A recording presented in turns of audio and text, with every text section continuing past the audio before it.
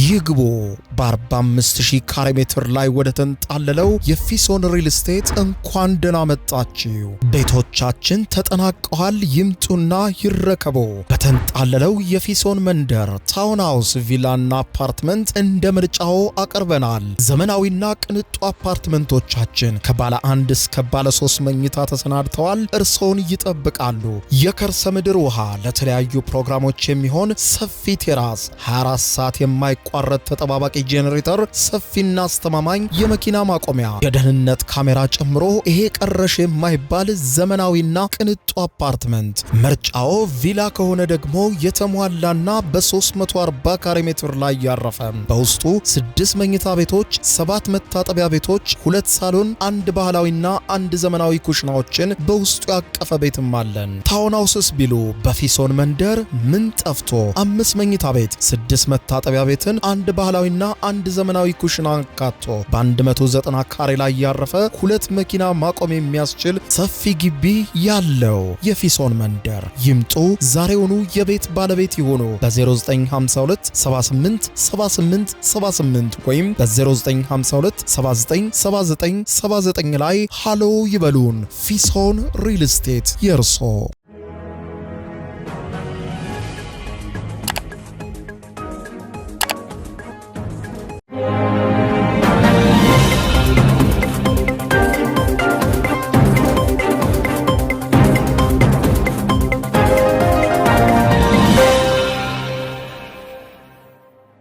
ጤናስጥልኝ ክቡራትና ክቡራን የዩቲዩብ ቻናል ቤተሰቦች፣ የሰዓቱን አጭር መረጃ ይዤ ቀርቤያለሁ።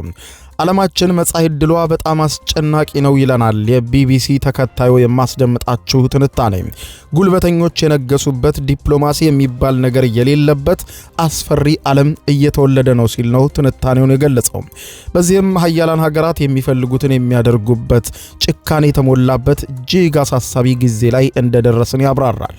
ጉዳዩን አስመልክቶ በሰፊው ትንታኔውን አስደምጣችኋለሁ። በተለይም የአሜሪካው ፕሬዝዳንት ዶናልድ ጄ ትራምፕ እንደሚሉት ነገ ኩባን ወራታለሁ፣ ኩባ የምትባል ሀገር የለችም ተዳክማለች ይላሉ። በማግስቱ ደግሞ ፓናማ የኛ ናት፣ ግሪንላንድን ወስዳታለሁ የሚሉ የተለያዩ ነገሮችን ሲናገሩ ይደመጣል። ይህንንም ተከትሎ ዓለም አቀፍ ሕግ እየፈራረሰ እንደሆነ፣ መጻኢው ጊዜ አስፈሪ እንደሆነ በርካታ ተንታኞች የሚስማሙበት ጉዳይ እየሆነ መጥቷል።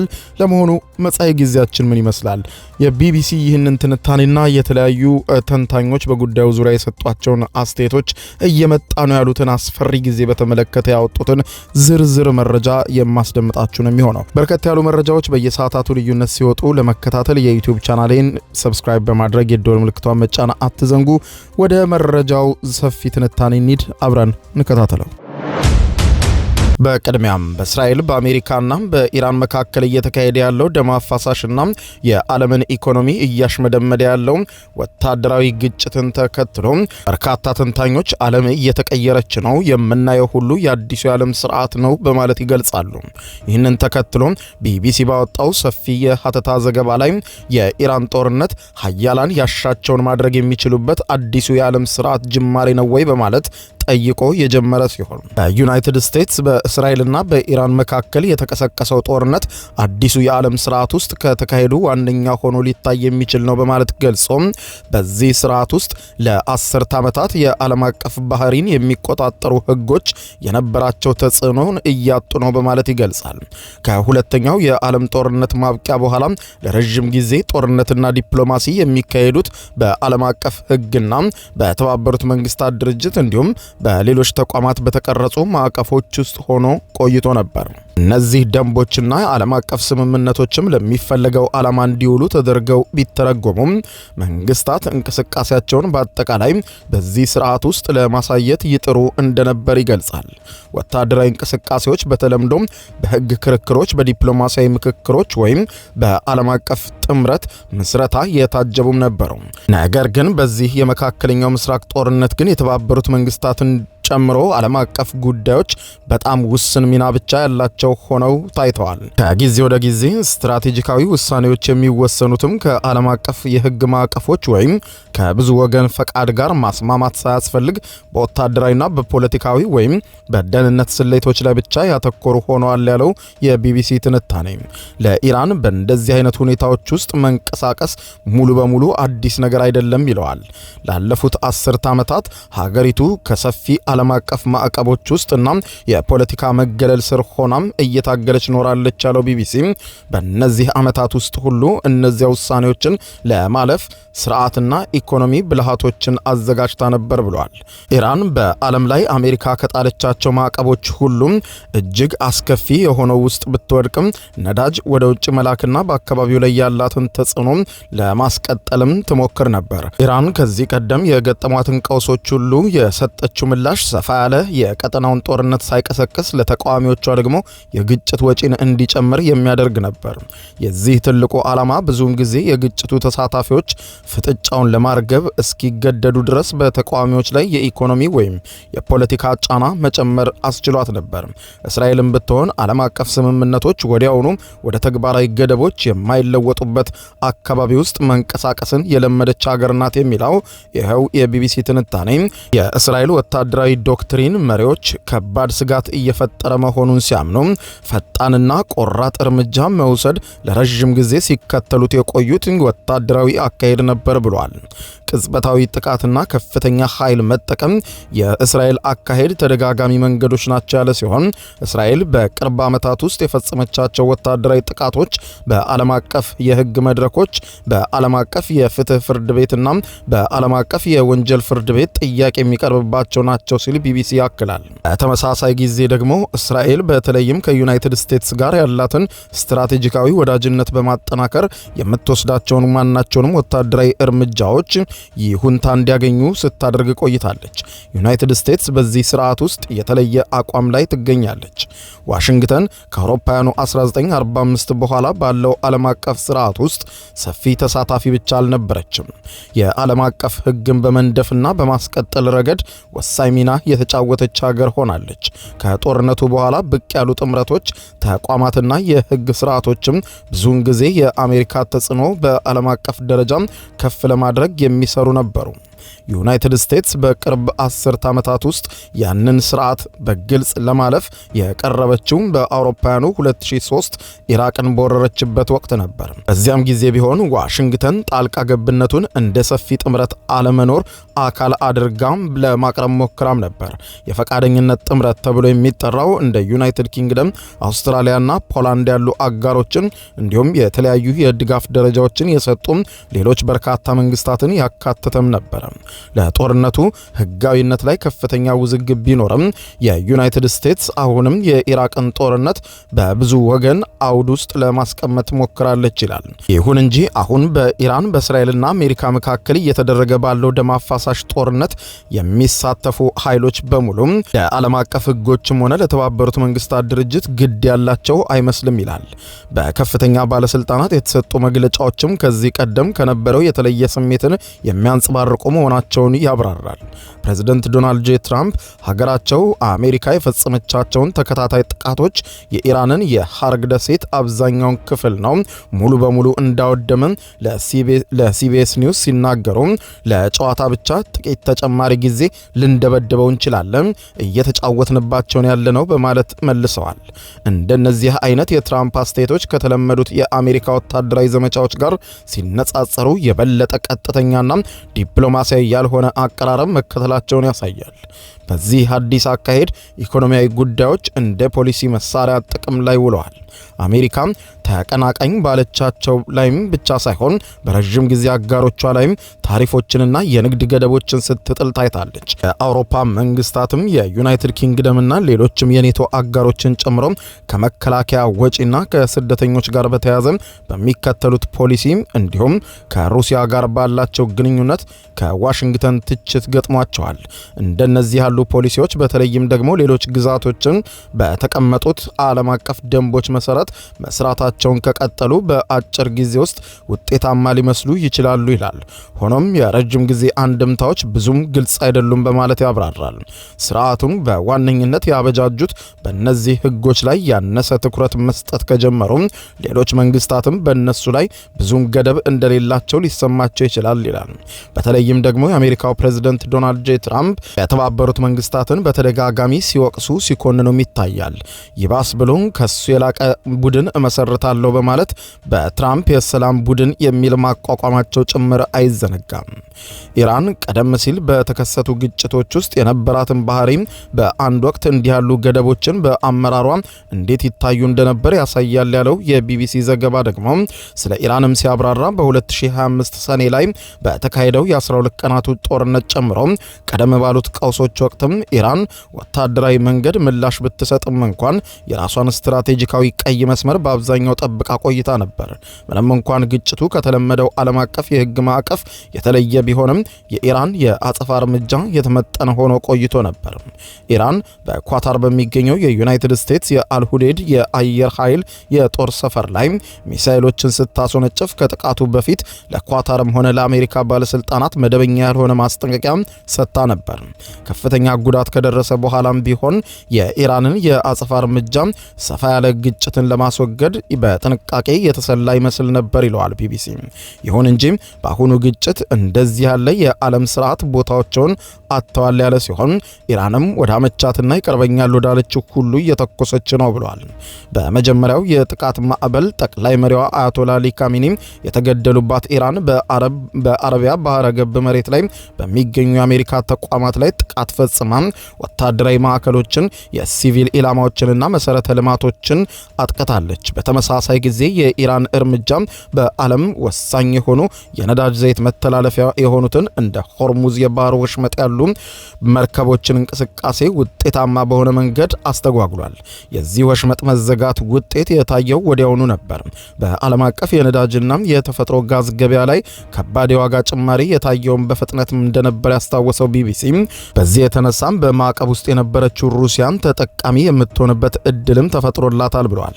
የተጣለባት ማዕቀብ እንዲላላ ተደርጎ የተወሰነ ነዳጇ ለገበያ መቅረብ እንዲችል ተደርጓል። ሩሲያ ከፍተኛ የነዳጅ ዋጋ ካገኘች ተጠቃሚ ልትሆን ትችላለች። በአውሮፓ ህብረት በዚህ እርምጃ ላይ ተቃውሞ ቢኖረውም በሞስኮ ላይ የተጣለው የማዕቀብ ጫናም ቀንሷል። ይህ በእንዲህ እንዳለ ታዲያ ቻይና ምናልባትም በዓለም አቀፍ ደንቦች ምን ያክል ርቀት ሊለዋወጡ እንደሚችሉና በምን አቅጣጫ ሊሄዱ እንደሚችሉ በቅርበት እየተከታተለች ነው። አውሮፓም በአሁኑ ጊዜ ነገሮች እየሄዱበት ያለውን አቅጣጫ ላይ የተወሰነ ተጽዕኖ እንዳላት ይታያል። ህብረቱ የሚያደርገው ዲፕሎማሲያዊ ጥረቶች ቢኖሩም ከዩናይትድ ኪንግደም ጋር በመሆን በአብዛኛው ሁኔታዎች የሚፈልጉትን መልኩ ከመቅረጽ ይልቅ የሚሆነውን መመልከት መርጠዋል። ይህም በመካከለኛው ምስራቅ የተነሳውን ግዙፍ ጥያቄ ዳግም እንዲነሳ ያስገድዳል። አዲሱ የዓለም ስርዓት እየተፈጠረ ነው ወይም? ይህም በአውሮፓውያኑ 1945 ጀምሮ ከሁለተኛው የዓለም ጦርነት በኋላ ዓለም አቀፍ ግንኙነትና ፖለቲካን የቀረጸው ዓለም አቀፍ ስርዓት ዘላቂነት በከፍተኛ ስጋት ውስጥ ገብቷል። ምንም እንኳን ስርዓቱ በዓለም አቀፍ ደረጃ ተቀባይነት ባያገኝም እንዲሁ ብዙ ጊዜ ክርክር ቢደረግበትም ስልጣን የሚተገበርበትን ማዕቀፍ ግን አቅርቧል። ያ ማዕቀፍ እየተዳከመ ከቀጠለ ውጤቱም ብዙም የማይገመት ዓለም አቀፍ ሁኔታዎችን መፍጠር ሊሆን ይችላል። በዚህ ውስጥም መንግስታት በጋራ ህጎች ላይ ብዙም ጥገኛ ሳይሆኑ በራሳቸው የተናጠል አቅም ላይ ብቻ የሚደገፉ እንዲሆኑ ያደርጋቸዋል። በእንደዚህ አይነት ሁኔታ ስርዓቱ መጀመሪያ የነደፉት ሀገራት እንኳን ሸርሸሩን ለመገመት አስቸጋሪ የሆኑ ውጤቶችን ሊያስከትል እንደሚችል ጭምር በአጽንኦት ያሳስባል። በዓለማችን ዛሬ የምንገኝበት ሁኔታ ከጥቂት ዓመታት በፊት ከነበረው ፍጹም የተለየ መሆኑን የሚጠቅሱት የመገናኛ ብዙሃን ትንታኔዎች ለብዙ አስርት ዓመታት ዓለም አቀፍ ህግ፣ የተባበሩት መንግስታትና ዲፕሎማሲ የሚሉ ቃላት ለዓለም ሰላም ዋስትና ይመስሉ ነበር ብለዋል። ዛሬ ግን እነዚያ ቃላት ትርጉማቸው በምትካቸው የሚሳኤል ድምጽ፣ የድሮን ጩኸትና የሀያላን ዛቻ ብቻ የነገሰበት ዓለም ሆኗል። ዛሬም በኢራን ሰማይ ላይ የሚታየው እሳት፣ በዩክሬን ሜዳዎች ላይ የሚፈሰው ደምና በቀይ ባህር ላይ የሚነሳው ጭስ አንድ እውነት እየነገረን ነው። የድሮው የዓለም ስርዓት ሞቷል። ጉልበተኞች የሚነግሱበት ህግ ሳይሆን ጡንቻ የሚገዛበት አዲስና አስፈሪ ዘመን በላያችን ላይ መጥቷል የሚሉት ተንታኞች በማህበራዊ ሚዲያና በየቡና ቤቱ የሚሰሙ የሰዎች ንግግሮች በአንድ ነገር የሚስማሙ ናቸው። መጪው ጊዜ ያስፈራል። ብዙዎች እንዲህ ይላሉ። ድሮ ጦርነትም በወሬ እንሰማ ነበር። ዛሬ ግን ሁሉም የዓለም ሕዝብ በየቤታቸው፣ በስልካቸው፣ በየቴሌቪዥን መስኮቶቻቸው በቀጥታ ስርጭት የምናየው አስፈሪ ድራማ ሆኗል። የትኛውም ሀገር ቀጥሎ እንደሚወረር፣ የትኛው መሪ እንደሚገደል እንጂ መቼ ዓለም ሰላም እንደምትሆን የማይታሰብበት ደረጃ ላይ ተደርሷል ብለዋል። በተለይም በኢራን ከእስራኤል መካከል የተከፈተው ቀጥተኛ ጦርነት ዓለም ወደ ሶስተኛው የዓለም ጦርነት ወይም አዲሱ የዓለም ስርዓት ጅማሬ አፋፍ ላይ ያደረሳት ሆኗል። የአሊ ካሚኒ መገደል፣ የአሜሪካ እስራኤል ጥምረት በኢራን ላይ የከፈቱት ጥቃት የጥንት ጠላትነትን ቀስቅሶ ዓለምን በሁለት ጎራ ከፍሏታል። አንዱ ወገን ነጻነት እያመጣሁ ነው ይላል፣ ሌላኛው ደግሞ ሉዓላዊነቴን እያስጠበቅኩ ነው ይላል። በመካከል ግን ንጹሃን ያልቃሉ፣ ከተሞችም ይፈራርሳሉ። የዘመናችን አዲስ የዓለም ስርዓት ህግ የሚባል ነገር አያውቅም። ዛሬ ሀያላን ሀገራት የሚፈልጉትን ለማድረግ ማንንም ማስፈቀድ አያስፈልጋቸውም። ራሳቸው ያበጃጁትን ህግ እየናዱት ነው። አሜሪካና አጋሮቿ የዓለም ፖሊሲን ሚና ይዘው ለመቀጠል ከፍተኛ ትግል እያደረጉ ነው። ሆኖም ይህ ትግል ሰላምን ሳይሆን ግጭትን እያባባሰ እንደመጣም ብዙዎች ይስማሙበታል። በሌላ በኩል ደግሞ እንደ ሩሲያ፣ ቻይናና ኢራን ያሉ ሀያሎች ደግሞ አዲሱ የዓለም በእኛ መመራት አለበት በሚል ከፍተኛ የሆነ አጣብቂኝ ውስጥ ገብተዋል። ተንታኞች እንደሚሉት ከሆነም ዓለም ዛሬ ወደ ጫካ ህግ ተመልሳለች። ትልቁ አሳ ትንሹን የሚበላበት፣ ማንም ለማንም የማይራራበት ዘመን ላይ የቆምን ይመስላል በማለት ነው የሚገልጹት። መጪውን ጊዜ የሚያስፈራው በጦርነት ብቻ አይደለም፣ የጦርነቱ ትርፍም ጭምር እንጂ። በሁሉም ሰው ደጅ ጦርነቱ መድረሱ የማይቀር መሆኑን ተንታኞች ይስማሙበታል። አንደኛው የኢኮኖሚ ውድመት ሲሆን ነዳጅ፣ ምግብ፣ መሰረታዊ ሸቀጦች በጦርነቱ ምክንያት ዋጋቸው ሰማይ እየነካ ነው። ደሃ ሀገራት በዚህ የሀያላኑ ፍጥጫ ውስጥ ተጨፍልቀው በከፍተኛ ሁኔታ ቅርቃር ውስጥ ገብተዋል። ሁለተኛው የቴክኖሎጂ ጭካኔ ነው። ዛሬ ጦርነት በሰው ብቻ ሳይሆን በአርቲፊሻል ኢንተለጀንስ እና በድሮኖች ጭምር እየተመራ ሲሆን ማሽኖች ሰውን የሚገድሉበት፣ በሩቅ ሆኖ ቁልፍ በመጫን ከተማ የሚወድምበት ዘመን ላይ መድረሳችን የሰው ልጅ ክብርና ዋጋ ዝቅ አድርጎታል።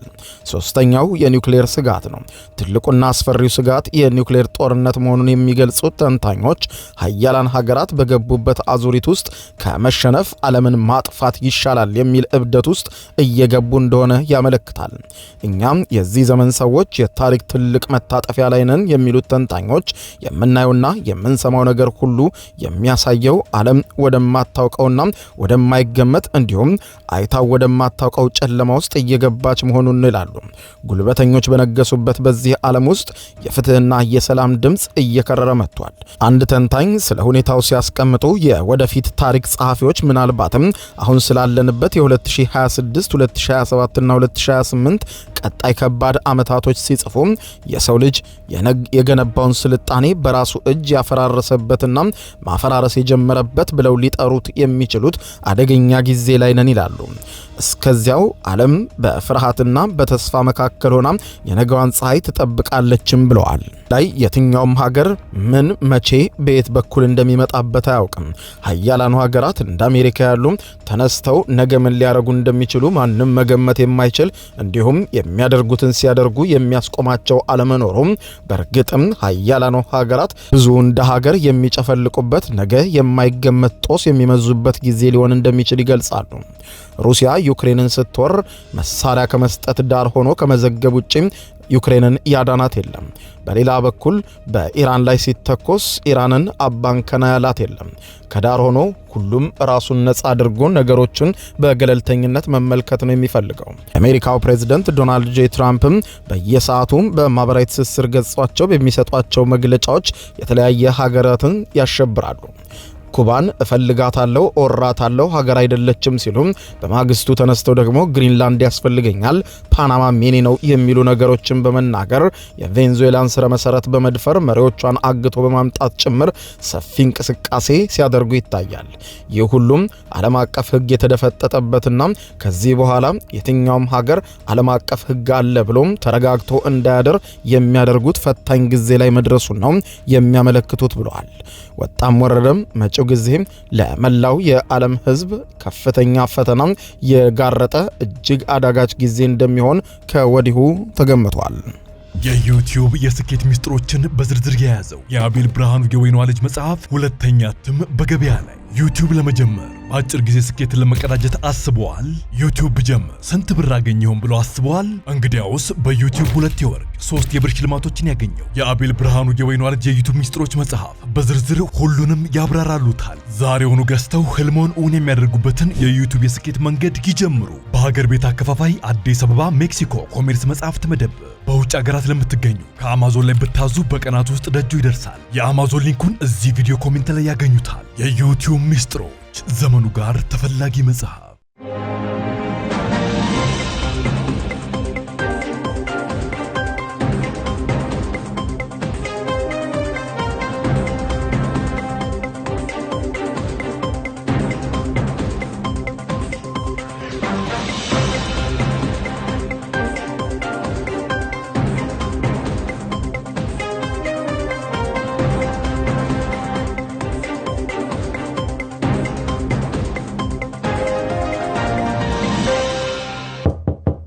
ይግቡ በ45000 ካሬ ሜትር ላይ ወደ ተንጣለለው የፊሶን ሪል ስቴት እንኳን ደህና መጣችሁ።